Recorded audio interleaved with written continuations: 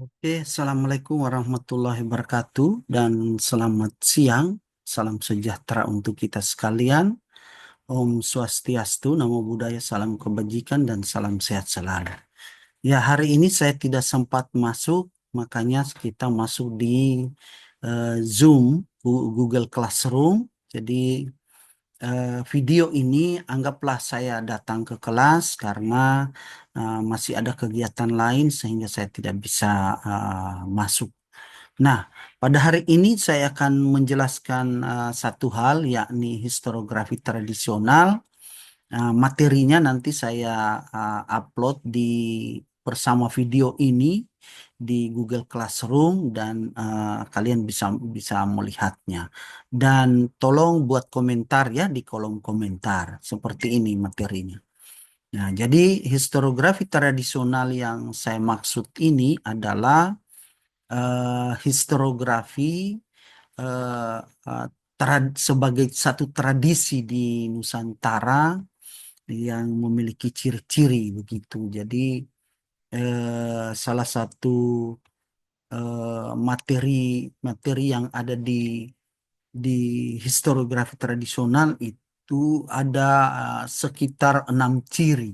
Jadi kalau kita temukan di salah satu penulisan-penulisan tradisional baik di Sulawesi Tengah maupun di daerah lain itu ada hal yang seperti misalnya ciri mitologis. Ciri mitologis itu adalah alam sangat mempengaruhi penulisan sejarah. Jadi sejarah yang ditulis itu dipengaruhi oleh faktor lingkungan gitu, alam. Kemudian ada ciri religio magis, artinya unsur magis atau supranatural natural sangat kental dalam narasi historiografi. Kemudian istana sentris itu dipengaruhi oleh kekuasaan raja. Kemudian ada yang feodalistik aristokrasi, itu pengaruh kaum bangsawan dan keturunan raja-raja itu sangat berpengaruh dalam artian feodal. Kemudian yang kelima itu ada yang keenam, yang kelima itu adalah regiosentris atau kedaerahan, ya seperti misalnya historiografi Kaili dipengaruhi oleh orang Kaili gitu. Begitu juga dengan historiografi memiliki ciri legitimasi keturunan untuk legitimasi politik. Misalnya dulu pernah kita ada Famponulele berkuasa sehingga itu mempengaruhi penulisan kita, penulisan sejarah dan lain sebagainya. Ya seperti itu. Nah, selanjutnya adalah eh, kalau kita lihat dari segi apa, dari segi ke eh, apa dari buku historiografi tradisional itu ada kelemahannya menurut Kunto Wijoyo itu. Kelemahan historiografi tradisional itu adalah pertama subjektivitasnya itu sangat tinggi, kemudian tidak menggunakan metodologi, tentu saja tidak ada metodologi sejarahnya.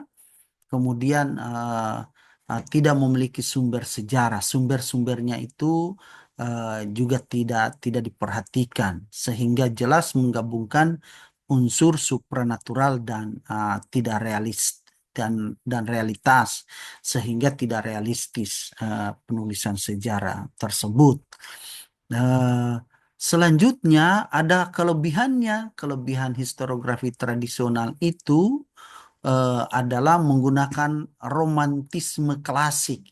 Jadi cerita-cerita klasik yang romantis itu sangat ditekankan. Dahulu kala dan lain sebagainya itu ciri-cirinya. Yang kedua adalah menunjukkan legitimasi raja dan keadaan politik kerajaan. Karena raja ini pernah berkuasa sehingga apapun yang dia katakan itu menjadi legitimasi. Yang ketiga adalah historiografi tradisional menggunakan konsep genealogi silsilah secara runtut dan sangat kronologis. Ya, saya kira itu beberapa materi kita untuk yang Anda lihat dalam materi hari ini. Terima kasih atas perhatiannya.